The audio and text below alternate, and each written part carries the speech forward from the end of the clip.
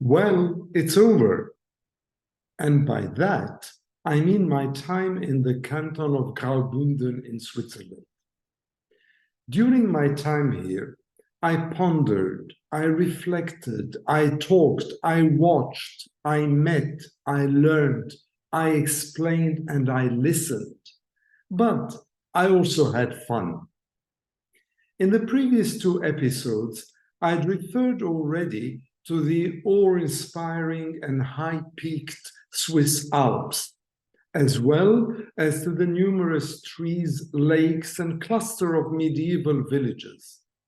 But today, I can also add to my list the local Bündner Nusstorte, the local pastry of the canton, or the Kapuns, the traditional food in this neck of the woods. And yes, I tasted them both. Previously, I'd also referred to the residence where I stayed during my time here. It was indeed a welcoming hub. But what truly drew my attention were the butterflies in the garden. The German word for butterflies, Schmetterlinge, has in fact risen to the level of the meme. Now, I'm not a lepidopterist, granted, but it was lovely to behold an abundance of this endangered species fluttering their colorful wings across the garden. There is hope, after all. But enough of the fun bit. More importantly, for this third episode of my trilogy are my talks. I suppose you'd expect me to have spoken at some great length about Israel-Palestine. And how can I not do so when I see the vicious and unrepentantly dehumanizing apartheid system being implemented against Palestinians by dangerously ideological ministers in the Israeli cabinet, with the West, us, in other words, uttering trivial platitudes and then turning our backs to the whole conflict. I also, of course, talked about Lebanon with the meltdown of its political and economic systems. I spoke of Syria and its readmission into the Arab League, as well as the political shenanigans at the United Nations Security Council surrounding the humanitarian aid to the refugees in the northwest of the country. I touched upon an Iraq that gurgles with oil and yet has its revenues squandered whilst the country witnesses an Iran-USA standoff. What about Egypt and its abominable record of human rights, from Patrick Zaki, now pardoned, to Alaa Abdel Fattah, still in jail, and many, many more.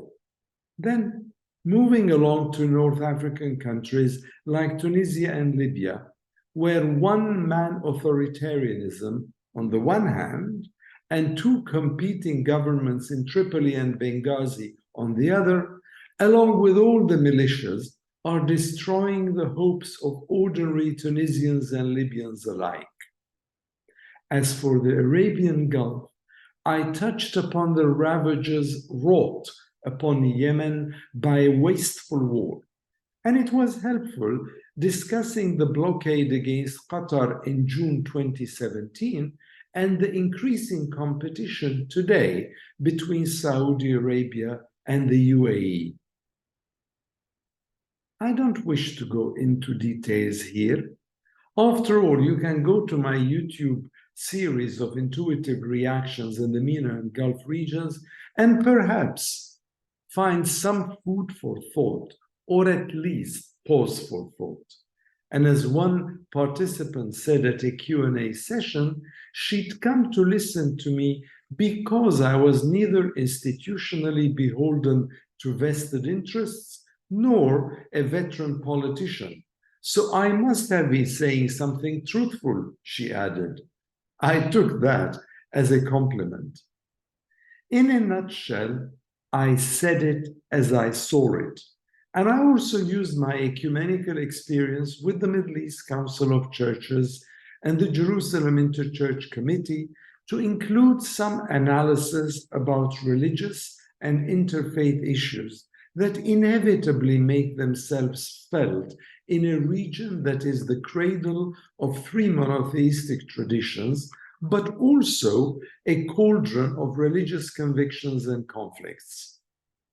What is happening in Iraq, for instance, with the leader of the Chaldean Catholic Church, the patriarch, who is being ostracized by the authorities and is now in a monastery in Iraqi Kurdistan, or in Jerusalem, with verbal attacks on priests.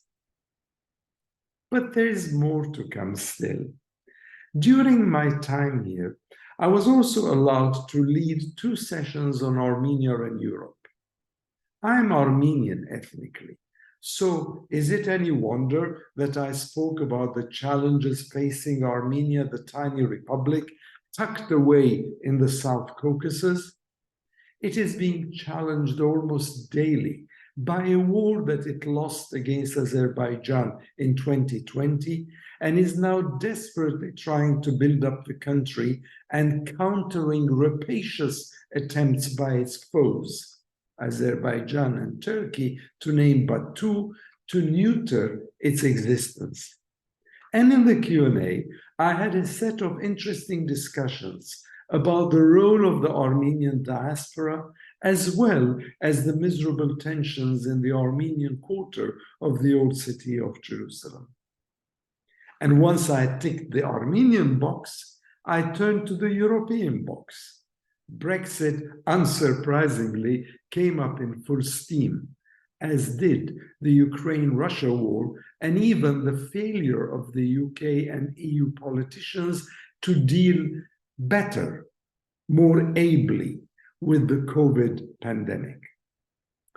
But all these discussions also allowed me to explore how the global world is changing and how the bipolar reality points today to the USA and China, with Russia no longer the power it once was, no matter if it wins or loses the war with Ukraine. And then the multipolar regional realities and alliances are creeping up too. And this can be seen in so many small ways. Add to this the swing over the past decade or more in parts of the world toward populism. In much of this, the UN and many wonderful organizations like Crisis Group and Human Rights Watch are striving to analyze, interpret, and sometimes direct. And in my opinion, we should look much more at the causes and bemoan much less the symptoms. And who knows, we might even get somewhere in understanding our new emerging world. But equally importantly for me was how my stay in Switzerland impacted me. The Swiss Confederation combines 4 main linguistic regions in an agglomeration of different cantons: French, German, Italian, and Romansh. And although they are different in so many ways, they manage to keep the country together because they have both institutions and also the will to find a modus vivendi that binds their country together. Perhaps, just perhaps, this is another food for thought that I take back home with me too. How can this system, different yet together, but altogether successful, inform the MENA region? A friend in London WhatsApped me jokingly only a couple of days ago.